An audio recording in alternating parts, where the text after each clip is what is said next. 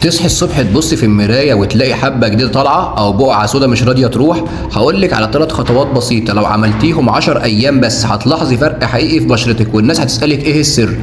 الخطوة الأولى: 1. غسيل الوجه الصبح يساوي بداية الحل. معظم الناس بتغسل وشها غلط.